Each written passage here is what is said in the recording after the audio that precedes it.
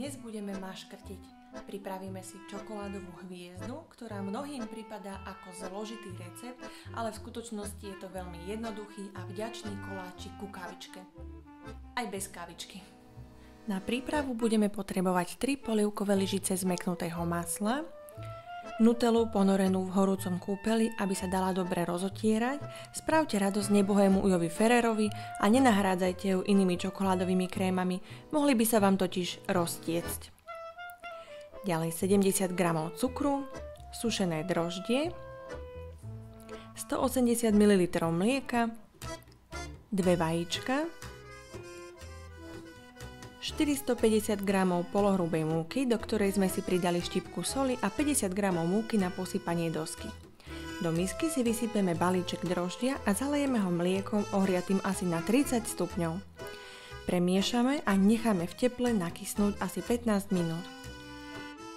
Keď kvások nakysne, do väčšej misy si preosejeme múku so štipkou soli a pridáme k nej cukor. Oddelíme si žltky od bielkov. Žltky pridáme k múke a bielky si odložíme na potretie.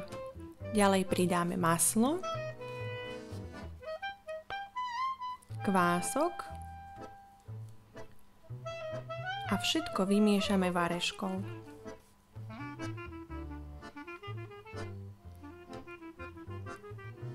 Keď zmes dostatočne zhustne, miesime rukou asi 7 minút, kým sa cesto prestane lepiť na ruky a je hebké a vláčne.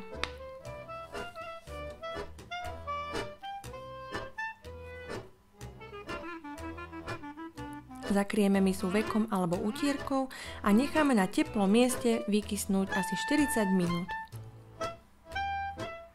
Vykysnuté cesto vyklopíme na pomúčenú dosku a asi minútku ho rukami spracovávame. Potom z neho vytvoríme valec a rozkrojíme ho na 4 rovnaké časti. Každý kúsok budeme vaľkať na hrúbku asi 2 až 3 mm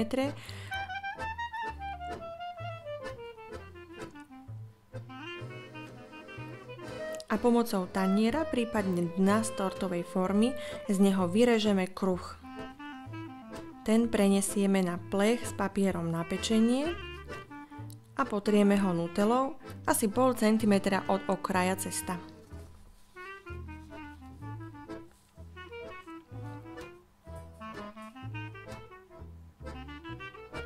To isté zopakujeme ešte 2-krát. Posledný, 4. plát už nepotierame nutelou. Do stredu kruhu si položíme poldecák a všetky vrstvy od stredu prekrojíme najskôr na štvrtiny, potom na osminy a nakoniec na 16.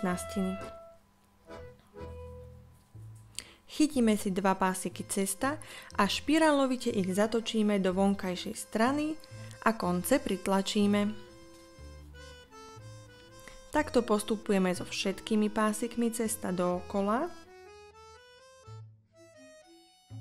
až kým nám nevznikne takáto efektná hviezda. So zbytkou cesta si môžete vytvoriť rôzne menšie koláčiky podľa vlastnej fantázie.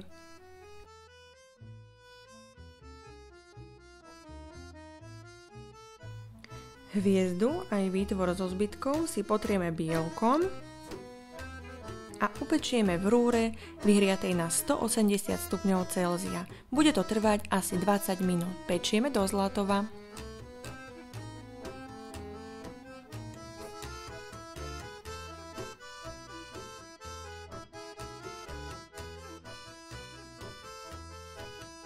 Vyberieme z rúry, necháme chladnúť.